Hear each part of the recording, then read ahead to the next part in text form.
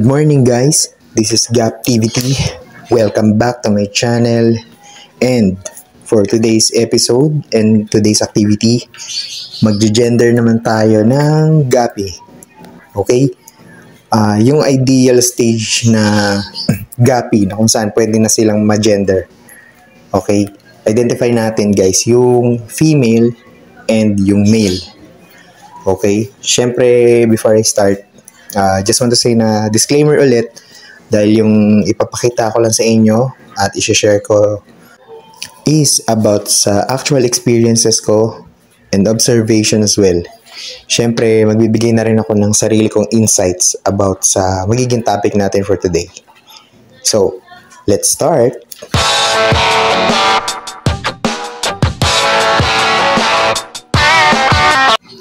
Start tayo guys sa appearance ng mga males. Yung mga males, kung mapapansin nyo guys, mas malapad yung mga fins nila and mas slim yung katawan nila, and at the same time, sila yung may mas matingkad at mas magaganda yung kulay. Yung mga females kasi is bilugan yung katawan, at the same time mas malaki compare sa mga male. And syempre, isa sa unique nila na appearance is yung gravid spot. Kung mapapansin nyo yung likod ng belly nila, meron yung tuldok na itim. So, doon na-form yung eggs hanggang sa mag-release sila ng fry. And ito nga guys, kung maalala nyo yung episode 2 natin, ito yung sinample ko na strain doon. Yung parents nila. And nung time na yun, kaka 1 month pa lang nila. Pero ngayon, ito, magto 2 months na tong mga to.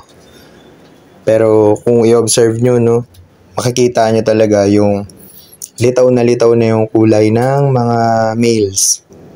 Which is yung black and white. Then, yung naman, ito, yung mga female, medyo sila, wala silang ganong coloration. Pero, yung pagka-bulky, nung belly nila, nung katawan nila, dun mo sila ma-identify. Pero yun nga, dahil nga hindi pa naman lahat sila fully developed, ang isa-select ko lang ngayon is yung may coloration na, which is yung may talaga, yung kumbaga clear na sa akin yung itsura. So yun yung mga ibubukod ko na, kasi yun nga, hanggat maaari, iniiwasan din natin yung pagka-buntis ng maaga.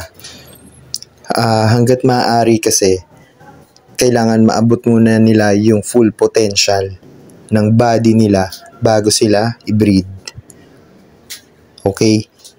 Kasi guys, based on my experience, kapag masyadong bata pa na nabuntis yung female gapi, makakapag-release naman siya ng fry. Pero yung mortality rate na makapag-produce ng talagang fry na may full potential, may magandang body shape and healthy, ang liit ng chances guys, kasi mostly talaga sa mga pwede nilang madrop is deformed or hindi talaga na-form ng maayos. Dahil yun nga, hindi pa fully develop yung katawan nila para sa breeding. Then, punta naman tayo guys doon sa physical appearance nila. Yan. Yung una guys, kung mapapansin nyo, yung pinakalikod nila, nandun yung dorsal fin. Which is yun yung nagme-maintain ng balance habang lumalangoy sila. Yung caudal fin naman, which is yung pinakabuntot, yun naman ang nagbibigay ng moves sa kanila. Kumbaga parang accelerator para makamove forward sila. While yung pectoral fin naman, yun yung magdidikta ng changes. It's either side to side or hinto sila saglit. Yun. So, yung pelvic fin naman, yun naman yung tutulong sa kanila mag-add ng iba pang direction from up to down. Then, yung anal fin naman, which is, I think, ito yung parang ka-partner nitong dorsal fin. Dahil yung sa anal fin naman yung nag-handle ng equilibrium Kung mapapansin nyo sa mga sa mga sheep, meron din siyang parang balancer dun sa sa pinakaibaba, na at the same time sumusupport din siya dun sa caudal fin ng mga isda. And isa sa unique appearance ng isang male guppy is yung gonopodium na tinatawag, which is yun yung ginagamit nilang pag-transfer ng sperm sa katawan ng female guppy. Bali yun yung penis nila, guys.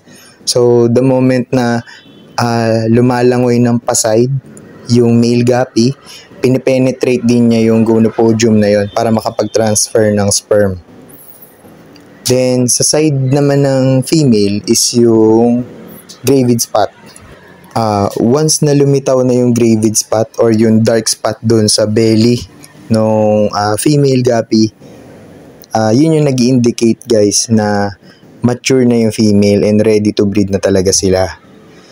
Then the moment naman na nagiging darker pa yun at nag-expand, yun naman yung signs na buntis na sila.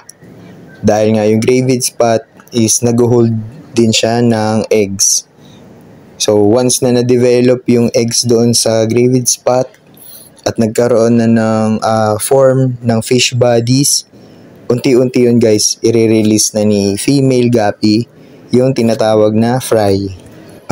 Just to add lang din, no, na yun nga, yung gravid spot kasi is hindi lahat ng color niyan is dark talaga. Dahil yun nga, magmamatter din yung kulay niyan, depende sa strain din ng guppy. Kung ang female is talagang maputi yung kulay, posibleng yung gravid spot niya is hindi totally dark. Possible brown or orange or medyo pinkish yung coloration nun. And for the last sample, pakita lang ako ulit, guys, ng isa pang strain.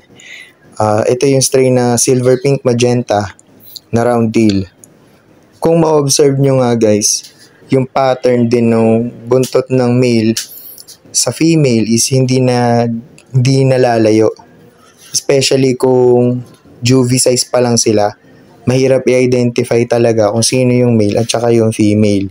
So kakain din siya talaga ng weeks pa. And magmamatter pa din yung development nun, especially nung body, bago ma-identify yung male sa female. And yun nga, guys, yung mga bagay na kailangan lang nating tandaan at bigyan ng considerations. Yung bilang ng weeks, yung month, and especially yung development ng katawan ng mga alaga natin. Dahil yun nga, hindi natin yan mapipilit dahil meron silang personal development on their own. Then, syempre, sasamahan lang natin yun ng observation and care as well. And bago nga natin tapusin itong episode natin for today, gusto ko lang pasalamatan, syempre, lahat ng mga solid na sumusuporta dyan. Sa lahat ng mga nag-acknowledge ng mga videos na nagawa natin, maraming salamat sa inyo. Sa lahat ng nagbibigay gasolina, no? Yan. Thank you sa inyo lahat. And syempre, isang shoutout muna kay John Ebenezer from Immortal Gupfish. Actually, sa kanya ko nakuha pala, guys, yung strain ko na Tiger Galaxy Blue Tail. Then, kay Rico's Guppy Line, sa kanya ko naman na-acquire itong Silver Pink Magenta natin. So, solid yung mga yan, guys. And if you think na nakatulong ng malaki sa inyo itong episode and topic natin for today, just like, share, comment, and subscribe lang sa channel natin para mas maging updated pa kayo sa mga susunod nating uploads. Once again, this is Guptivity. More activity to come. Thank you.